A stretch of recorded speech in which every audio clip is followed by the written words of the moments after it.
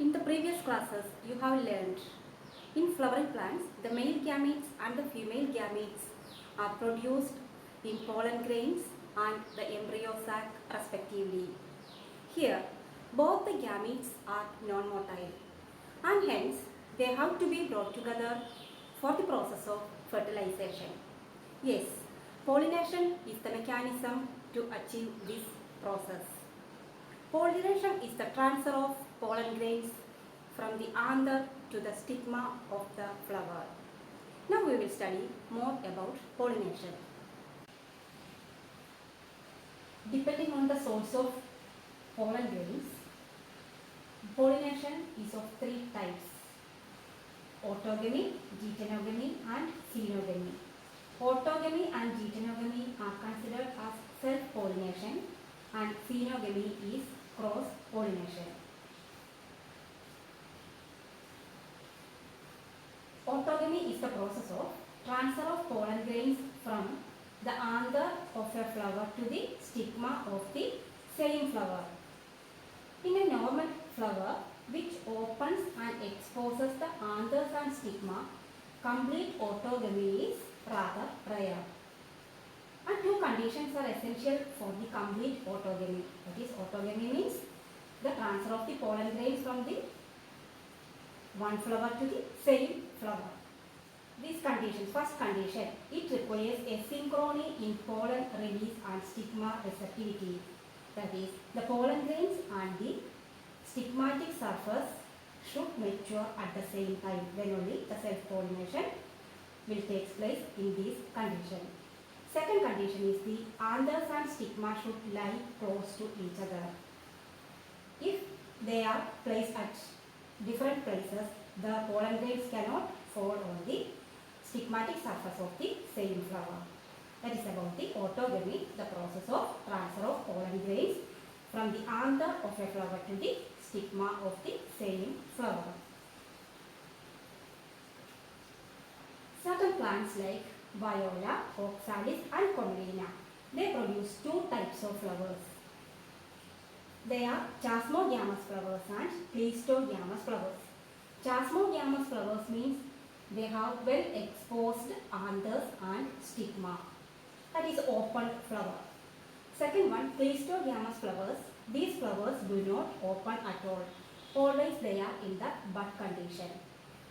Chasmogamous flowers, complete autogamy is very rare because they are well exposed flowers and hence there is a chance for the pollen grains to move to other places. Also, pollen grains from other flowers also falls on the stigmatic surface of the open flower. But in cleistogamous flowers, they do not open at all. That is, they are in the bud condition and hence there is no chance of the pollen grains to move out. Only self-pollination takes place in cleistogamous flowers. And hence, the cleistogamous flowers produce assured seed set even in the absence of pollinators. Here we can see the different types of flowers. That is, this flower, just see, this is an open flower. That is a chasmogamous flower. Then this is the flower of a pea plant. And in this condition, the petals are in the closed condition. The stamen and also the carpel is inside the petals and hence this is called the cleistogamous flower. This is the plant, that is the Commelina plant, and this plant has both the flowers.